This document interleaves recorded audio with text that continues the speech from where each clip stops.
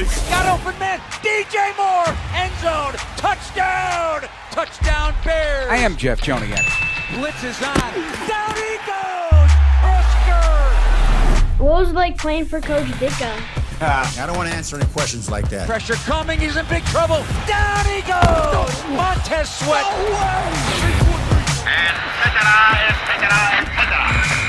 Now, Bears Etc. brought to you by Chevy Drives Chicago, the official truck partner of your Chicago Bears.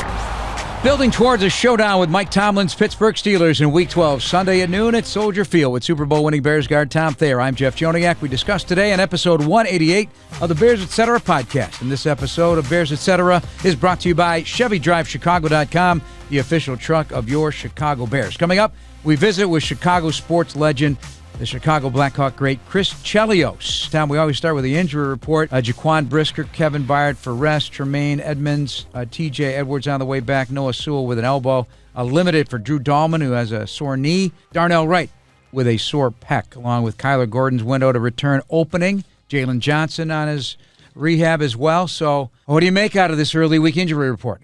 You know, the guys that are just receiving rest at this time of year, it's kind of normal. It's protocol for the NFL, especially if you're an experienced veteran that, you know, even if you have a limited amount of time to practice, you're still there mentally. You're still there taking part in the practice in terms of observation and everything. But when you talk about some of those names that are in the window to come back, you're talking about increasing competitiveness for those positions, because a guy like Noah Sewell, you know, Nashawn Wright, CJ Gardner, you know, all these guys have played a good brand of football. So it's not like, okay, you don't lose your position to injury, but you do compete by performance. And so it'll be interesting to see how the coaches devise a game plan that includes everybody when all these guys get back in the mix and they're out there practicing at a highly competitive rate. You make a great point, and Ben Johnson really amplified that at the podium on Wednesday when they asked about the increased reps for Luther Burden III, and he basically said you get what you earn, and that earning comes at practice and understanding. Yeah, it does, you know, and the thing about it is Tony Medlin, he always has this saying, you got 1 year to be young. And so when you think about how long these guys have been in their cleats practicing on a part of being a Chicago Bear, it's a long period of time now. So when you see these guys at this stage of the season that are really feeling comfortable in their cleats, they're more competitive at their position, they're learning more about the different types of players in the NFL. You're having a chance now within the division to watch these guys a couple times throughout the year, and even before they play the Green Bay Packers or the Detroit Lions again, they're going to have seen these guys 10 or 12 times. And so, the Steelers, you're not as familiar with these guys because they're an AFC team, but there's a lot of study that you can go throughout the week that can help you. And also keeping the playmaker on the field.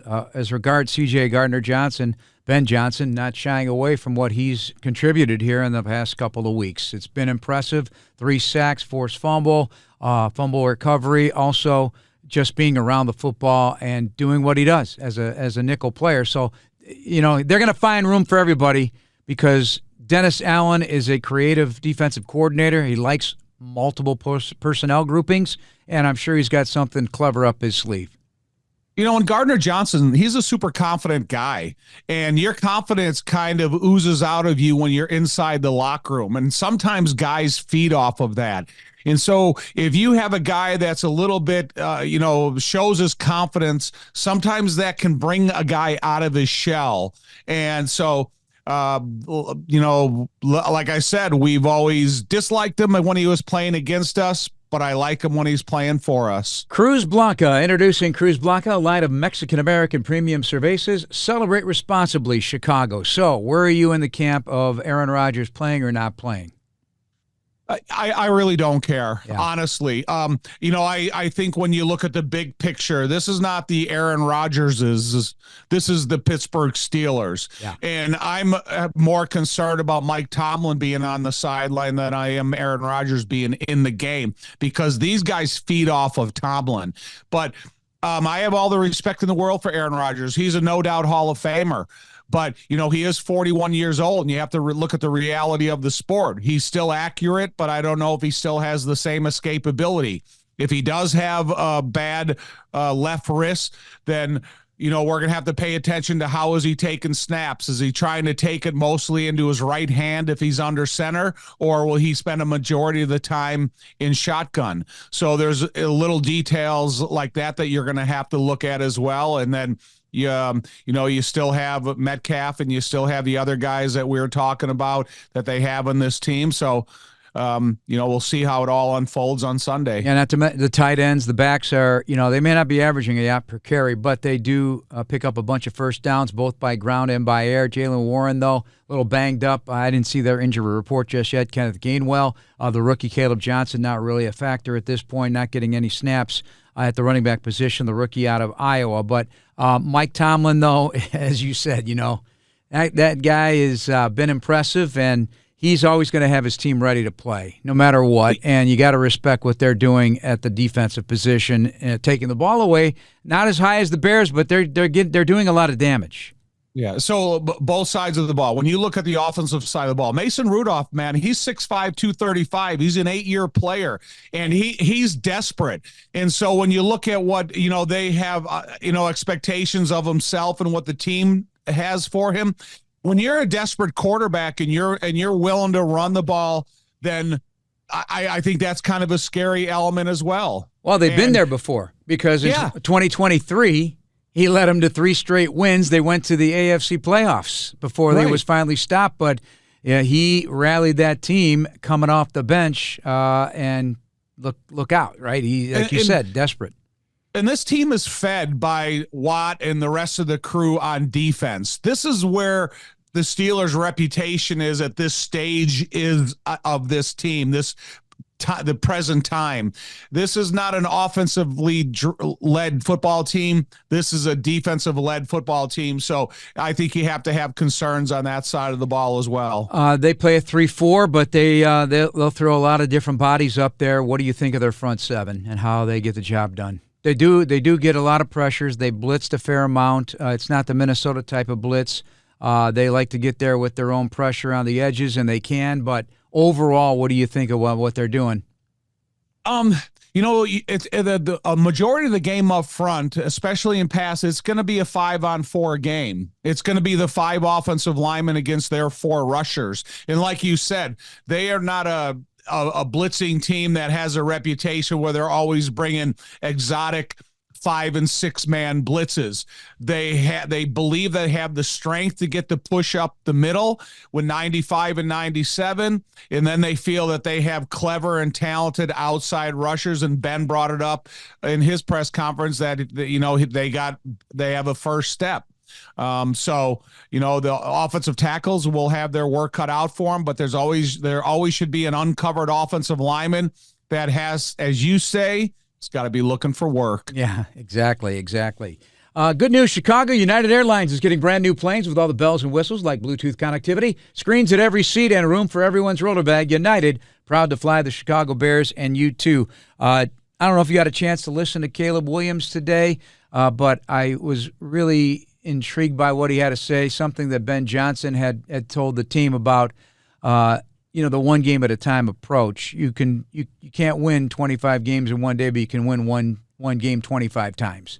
So he's keeping this thing in perspective. Ben has that playoff experience. He's lived it in Detroit. So this is a key point in the season when you got to start talking that way, because the talk is starting to grow outside. Just scanning the radio dial nationally this week, different podcasts, SiriusXM, NFL radio. Bears are a big topic. Can you believe the Bears are in first place? Bears are this, Bears are that. The noise is going to become deafening pretty soon, because we're getting to that time. You're knocking on the door. Yes, 7 games is a lot of season, and you got to get past this next opponent. But, Tom, it's going to be happening. Yeah, but that what Caleb had to say, what Ben has to say is kind of repeatable, because last week at the podium, Caleb said it's our goal to go 1-0. And so that was last week. Now this is a new week. Now it is, again, their time to go 1-0 again this week. And No matter if it goes down to the wire or they close the game out early or they're fighting for a win in the latter stages of the game. All that kind of stuff is going to be done with regularity at this not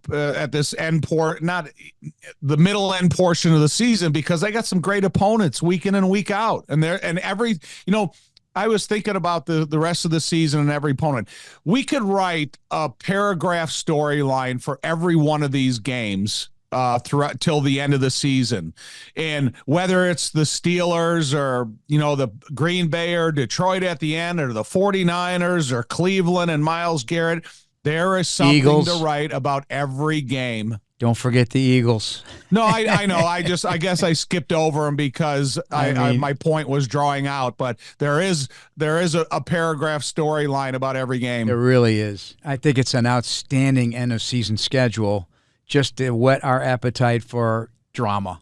I mean, you name it, and we've already had unbelievable drama. Our stomachs have ached, and then we've rejoiced. But wow, it is a heck of a schedule. Well, I was watching Bruce Arians, and he was on a talk show, and he was talking about how late November, December has become the favorite part of his NFL experience. Now, here's a guy that's a long-time winning coach, has had all the success in the world, but because of the new scheduling that they've had over this short period of time, this is his favorite time to watch football, and I think it is all football fans. I would agree. I mean, because, it's gone fast, Tom. Let's be honest. Week 1 seems like yesterday, and we were saying, we always say the great unknown. We don't know. Nobody knows what Ben's going to do. It's not going to be a replica of the Detroit off, and that has been true. It is not a replica of whatever they did in Detroit or whatever they're doing in Detroit. And how's Caleb going to do? The growth that has happened is significantly in the first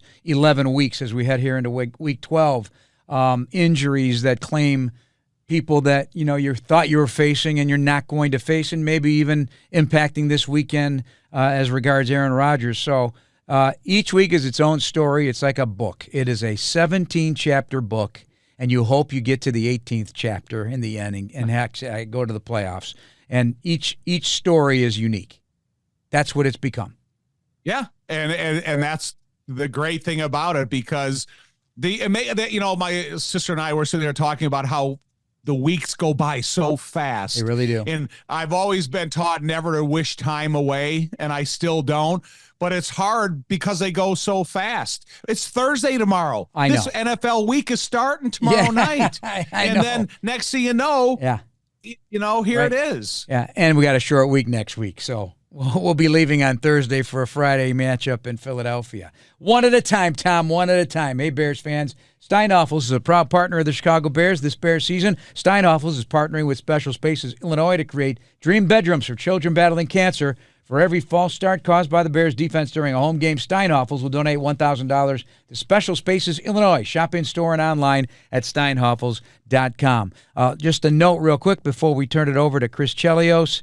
The Bears, Tom, are 12-1 against the Steelers at home dating back to 1936. Only in 1995 in overtime did the Steelers win in Chicago. Well, I'm kind of shocked by that because I didn't know that. I have a ton of respect for the Pittsburgh Steelers throughout their history of when, I kind of came on the scenes and started looking at the Steelers and watching their success when I was a young kid and watched their success throughout my lifetime. But I would never imagine that the record was that lopsided about them in Chicago. Score big at your local Chevy dealer. The Chevy Silverado will take you through the season in style. Chevy Drive Chicago, official truck partner of the Chicago Bears. One more nugget, and this is where starting fast and getting on the board, Tom, and not sweating it out too much, taking care of that middle eight that Ben talks about, the end of the first half, early second half. The Bears are 4-1 with a halftime lead this year. The Steelers are 5-1. And so they're among the two top teams with the Colts in leading at halftime and finishing the job. Bears have had to come back and finish the job with those leads sometimes that they gave away. But I'd like to see us get on the board early and create some early distance against the Steelers. All right, Tom, a great Chicagoan is what I'm going to call Chris Chelios, Mount Carmel product. Grew up on the south side. lived out a dream and became a Chicago Blackhawk and played here for 9 seasons. You've been on this for a while to get Chelly on the podcast, and I'm glad we did. That was an outstanding conversation with the Blackhawk that has his uni up in the rafters, the good old number 7. Also had a long career. I didn't realize that he played until he was 48 years old with the Atlanta Thrashers. Played for the Chicago Wolves. There was so much we covered. And the ties to the Bears and all these teams, including his friendship with the Butkus family and Dick Butkus in particular, really is something you're going to enjoy. Here's our conversation with Chris Chelios. Last year had his number retired in the rafters at United Center. A great Chicago Blackhawk, a premier NHL player for so many years. I think you played 1,917 NHL games, playoffs included, and a whole bunch of international games representing our country. How you doing, Chelly? I'm doing great. Good time to be a Chicago sports fan. Totally different than last year. This is fun. Right. Again, because you grew up with the very best, right? I know at your ceremony to retire your jersey, you mentioned that you saw every team in this city win a championship. You saw them all. Yeah, like I said, lucky. I mean, there's other cities, maybe not so much the original 6 cities or the teams that have been around, but again, in the time between, they had to wait for a few of the championships, the Sox, the Cubs, and stuff. And like I said, there's nothing like it. Once you're an athlete and you win a championship with a city, you're part of that family forever. So, pretty good feeling. Unfortunately, I didn't win it with Chicago yet. I'm still part of the organization and. Yeah, it'd be great to be a player, but being part as ambassador and being involved, it's still going to be pretty cool when the Hawks start getting into the playoffs and become a contender again. Chelly, does your temperament follow the sport you're watching? I see you at a lot of Cubs games. I've seen you at White Sox games. I know we've talked during the Bears games, and it seems like that temperament of the sport specific. Is that the way your emotions roll? Yeah, I'm just like everybody else as a fan. I'm miserable and I'm happy, and you go through all that. Sometimes you get caught up with all these talk radio and listening to you guys. And I mean, you felt the barrage of my text to you, frustration. So I'll leave it at that. But no, I mean, just like I said, growing up as a fan, obviously knowing as a player, it's not always going to be right, and that you're going to have bad days and bad games, but. I think I understand it now. It's just sometimes what if, I'm still miserable about the Cubs, even though it was a great run and they, lost to a great team, you still wish they could have, gone a little further. And I think that's my mentality overall, just in all the sports. I just like to see them, get deep in the playoffs and compete. And that's all that matters. But like I said, I look back at the Cubs season and I'm really happy so far with the Bears, No one's happy, because they're barely winning. Geez, they're in first place in the division. No one saw this coming. Oh, yeah. Right. So I was born in 61. I think you were born in 63, if I'm right. 62. So 62. was I, 62. We're all the same age. So when you look at sports as we were growing up, you'd get out of school and the Cubs would be playing in the middle of the afternoon. Sox would play at night. With the only football team we had exposure to was the Chicago Bears. We were familiar with the Chicago Bulls and stuff. Do you like having the variety of teams to be able to watch? Because I'm kind of rooted in Chicago, but I think when you talk about sports fans and everything, they like the ability to watch every sport, every game, everywhere. Yeah, I mean, you ask anybody, you've got to be one of the but sports towns in the country. And I'm not taking anything. Detroit's awesome, Boston, all those originals, New York. But Chicago, the people make the city, and I've always loved the people here. And I just, like you mentioned, Sox and Cubs. I'm 5 minutes away from the Sox or from Rate Field. And I'm 15 minutes. You can go to a baseball game any day in the summer, which is amazing. And it's still my favorite sports. It's my favorite pastime. You don't really have to pay attention a lot until the bat hits the ball, and it's just a great family thing. So and I enjoy it. And I've missed a few Bears games this year. I'm trying to make every one I can. I've got my boat out in Burnham, so that makes life easier for tailgating. And then of course the Hawks are off to a great start. I don't think anybody saw this coming either. They're on their way up for sure.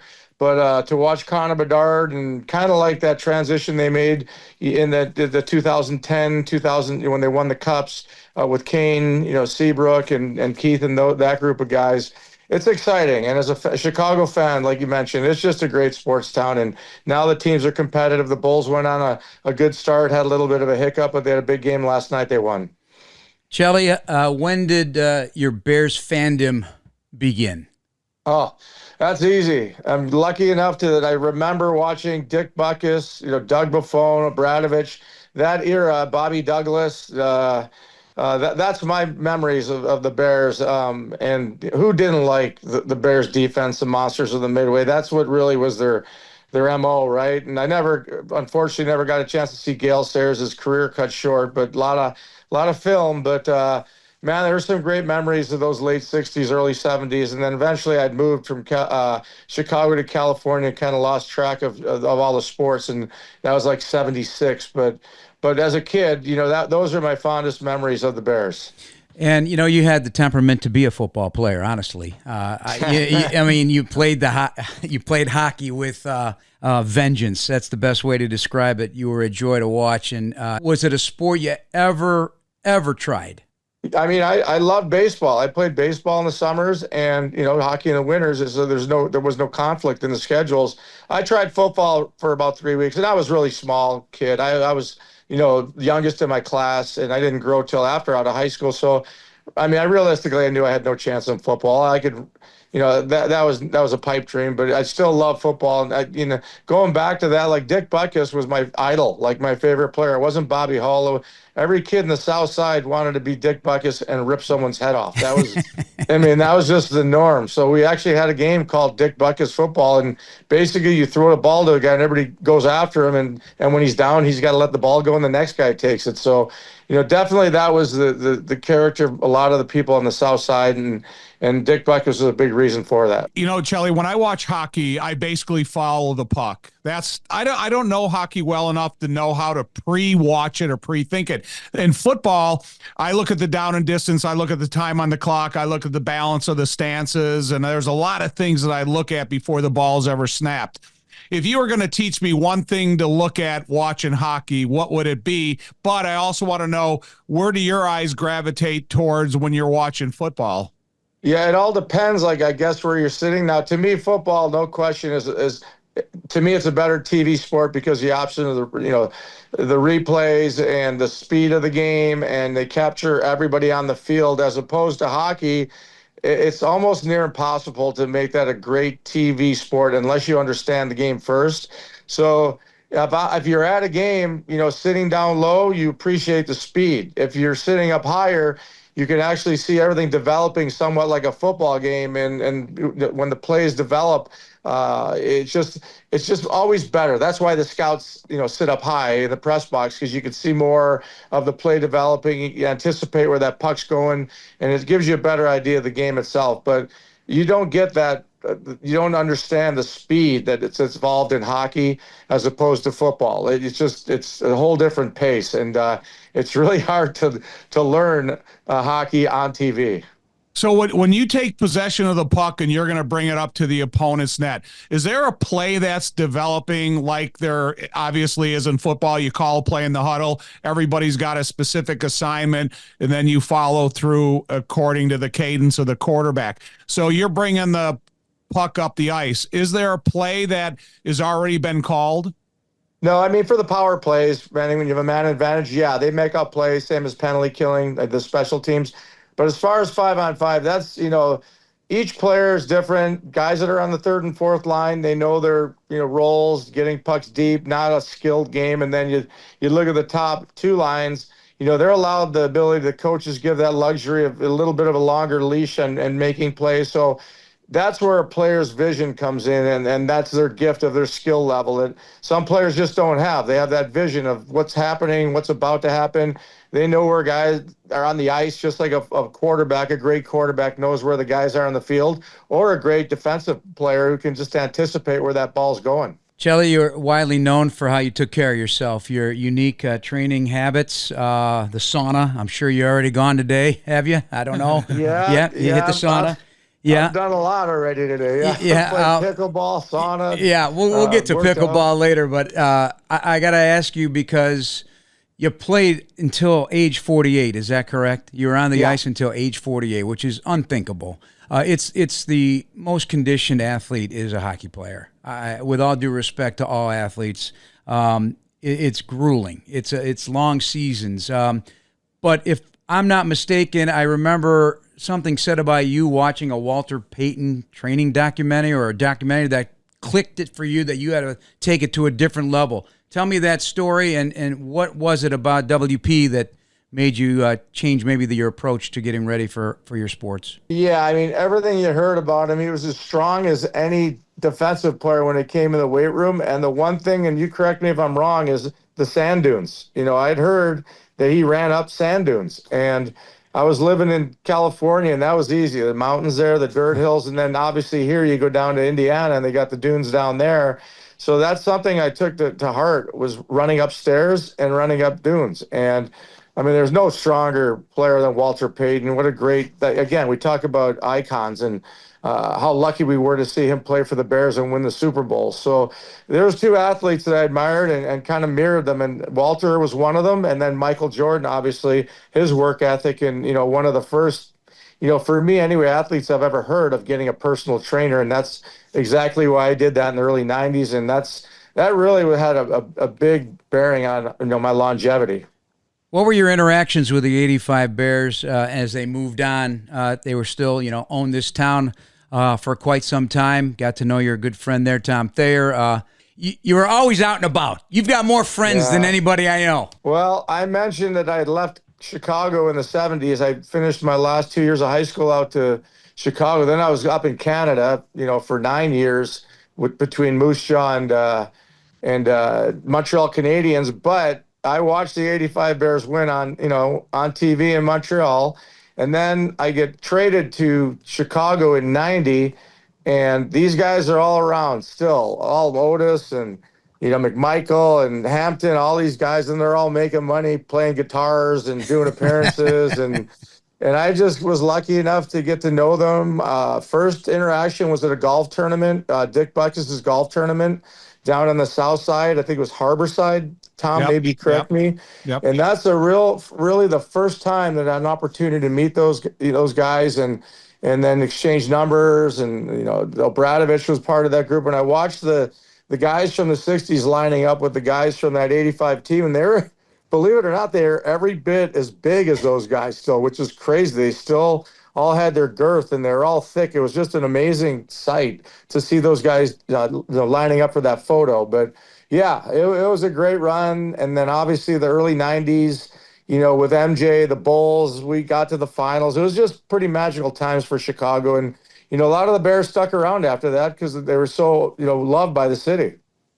So let's speed up a little bit to this version of the Bears. So the last however many victories they've had in the last series, are you sitting at the edge of your seat?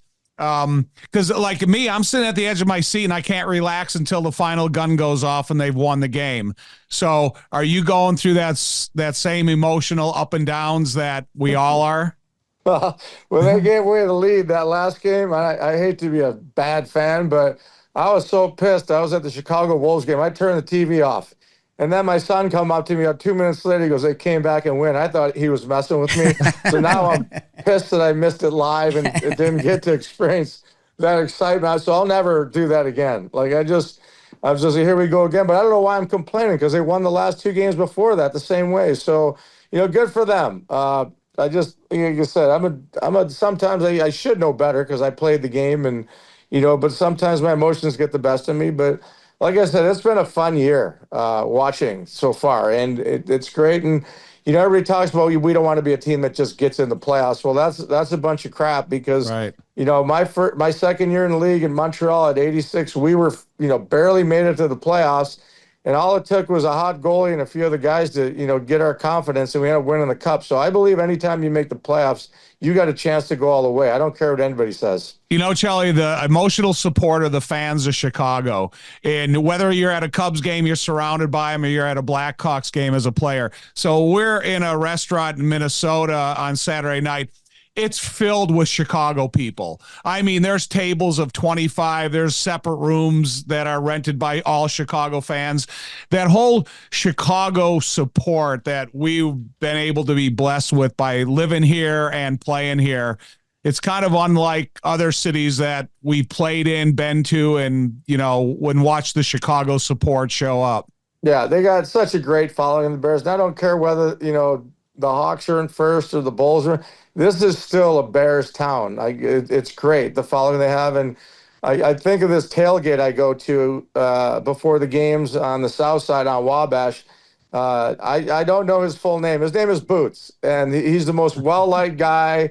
I've never seen him had a bad day. He's never said anything bad about the Bears. And whenever he hosts his tailgates, the visiting team's fans are allowed to his tailgates. And it's great to see. It's good sportsmanship, unlike where you go on the travel to Green Bay and Wisconsin people are nice people, but not when it comes to Bears, Packers games. They're the most vicious people. And I didn't ever see that till I went to Lambeau, because I married a cheesehead and I thought they were nice, but no, they're brutal. So they can be as brutal as Chicago fans. But no, overall, like I said, the fan base and the tailgating at Chicago at Soldiers Field is second to none. And the food is amazing. And it's just a great, those 3:00 games are a little better because people aren't starting drinking at 7. It's a little tougher to choke down that, tequila at 7 than it is at, 12. So, but yeah, what a great setup that is. And the fans, they really make it a really unbelievable experience. What is the Chelios branded tequila? Because I know you got your own label now. Yeah, well, I knew you got. Thanks for getting to that. Yeah, El Bandito tequila, and we talked about me being a health nut. It's all additive free. It's clean. The best thing is you don't even know you drank the next day. But it's just a really clean tequila. And there are a lot of very good tequilas out there now. People are more health conscious, but. One done in moderation, Tom. It's. Yeah. Hey, listen, you're a businessman. I'm not. Yeah. I'm not telling everybody to just that I know you had it, and I've heard about it, and not from you. I've heard it from other people in the world of Chicago. So I was excited to hear about it. Yeah, it's been fun. Since retirement, I've become involved with a few different things, and that being one of them. My partner, Jim Bob Morris, actually played a few games for the Packers, played in the CFL. He's Illinois based out of Bloomington, Illinois. Just a great guy, generous guy. Does a lot of charity work through the tequila company. So it's been fun. I don't plan on making the money George Clooney and Randy Gerber did, but I'm having fun in the meantime. Or Guy Fieri. Guy Fieri's got his. He walks around with it.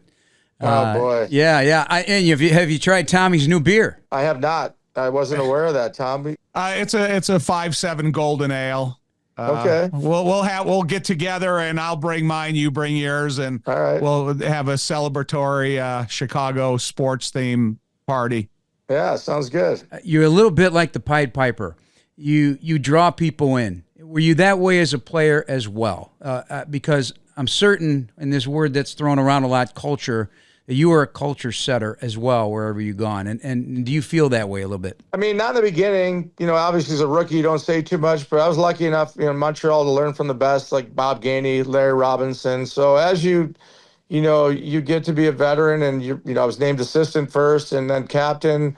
One thing that kind of passed down from the Greek, my dad, is that he loved, he was a bartender and he loved socializing. He loved parties. He's that, my big fat Greek wedding. Yeah. Pretty much we lived that growing up. So yeah, I mean, I just, I get together and I've been lucky. I met Tom, and Tom and me had the opportunity to meet Eddie Vedder, and Tom's big into surfing, spent a lot of time in Hawaii, and he was, quite honestly, I'd never seen a guy in better shape after his career than Tom. He's a big paddleboarder, and but yeah, you just along the way, those are some of the perks to be able to meet these guys, and they're interesting, and musicians and other athletes and actors, and then you start our charity events, which I had a golf event for probably over 25 years now, and continue to do that. And it's great that they help you, because at the end of the day, you're raising money, and these guys, when they come in, it means a lot to the fans and the sponsors, and you realize that as an athlete when you're in that situation. Not that you're obligated to do it, but I enjoy doing it and raising money for children's charities, and pretty proud of the fact that I've had a lot of help with a lot of other people, but they make me look good at the end of the day by doing it. So, like you said, I saw Billy Corrigan this morning on WGN. Was a good friend in the 90s. Haven't seen him since he started having kids. He moved out in the burbs, but it's good to see him. He's going to be doing a show, a week show with an orchestra. It should be pretty interesting. But yeah, and then the heydays, like I said, the 90s, those were great years. No social media, no phones, no pictures. So it made life a lot easier for sure. Your daughter, Kaylee, who works with the Blackhawks and does a great job as well. And now you're a grandfather, right? You're a grandfather. Yeah. That's pretty cool. But she talked about the Malibu Mob.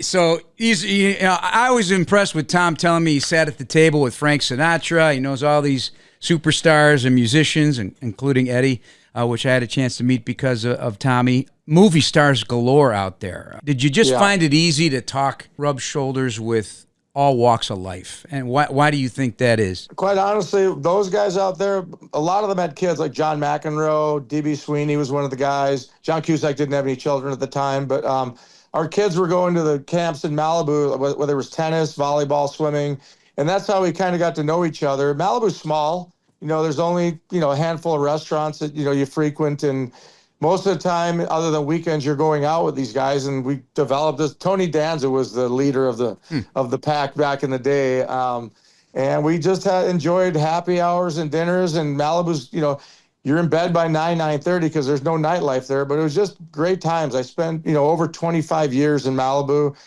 basically raising my kids there in the summer. So I did it to get away and train. That was the idea. And then developed friendships and got to meet my dream girl, Cindy Crawford, Chicago's own.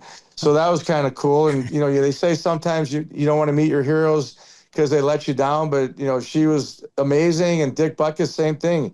He had moved out to Malibu after his stint in Chicago and was lucky enough to meet him 20 years ago and develop a really good friendship and spend time with him. So it was great. I don't like the Hollywood life by no means, but that 2 months I'm out there, with those guys and the weather and the surfing, it's a special place for sure out there. And I'm never going to put it ahead of Chicago, but I did enjoy my time out there. So, Chelly, I've read articles. Your name is mentioned in the same sentence as a Gordie Howe, and he's an amazing guy from my past and someone I know. But now, when you see what Ovechkin's doing, what's the most amazing thing to you that he's doing, or he's done, or he's on the cusp of doing? I mean, quite honestly, Tom, no one would have ever thought Gretz's record was going to get broken. Right. And the fact that, the Capitals really didn't go deep in the playoffs a lot, never really had a lot of, good playoff experience. Ovechkin never really went deep. A lot of it had to do with other better teams, Pittsburgh, not on him. But the longevity, the durability of him, because he's a physical guy, obviously. He's huge and hits, and he did it all. And he's a great team guy. There's not one thing you could say bad about Ovechkin. And to accomplish, now I watched him score his 900th goal about 2 weeks ago, and with a spinorama fashion. And he's probably going to be in the Olympics, obviously playing for Russia if they're allowed to play this year. I'm not sure if they've cleared that or not. But what he's accomplished, I'm going to go and say, I don't see how anybody ever is going to break 900 goals and play that long, even though they've opened up the game to offense. It's just like, and plus these guys make too much money. No one's dumb enough to play that long like I was. Right. They don't have to play that long. Hey, I read a quote, I hate to fail. When did that begin? Birth? Yeah, I don't think I enjoyed winning as much as I hated losing. I just don't want to I had a tough dad, so when you had a bad game, you heard about it, even as a kid. So, it's one of these deals where I'm going to drive 2 hours and spend all this money, you better, show up. So that's, kind of fear of losing, of my dad, of, letting your teammates down, letting the fans down eventually when you turn pros. So, yeah, the fear of losing was always in the back of my mind. And, but I think, again, the fans, especially, if you go out there and work, you got that blue collar attitude and you compete, they appreciate that. There's ways to lose, and I understand that too. But boy, it feels great to win. And when I got that taste, even in high school at Mount Carmel, we won the Kennedy Cup. That was an amazing feeling. We were the underdog. And then college, to go win the NCAA with Wisconsin, I just assumed I was going to win at every level, including in the NHL. So, and not to sound like I'm bragging, but I just knew I was going to win in Montreal. And after 2 years, we won the cup, and I go, man, I'm going to have a lot of Stanley Cups. Well, I didn't win another one for 17 years, so I was dead wrong about that. It's tough.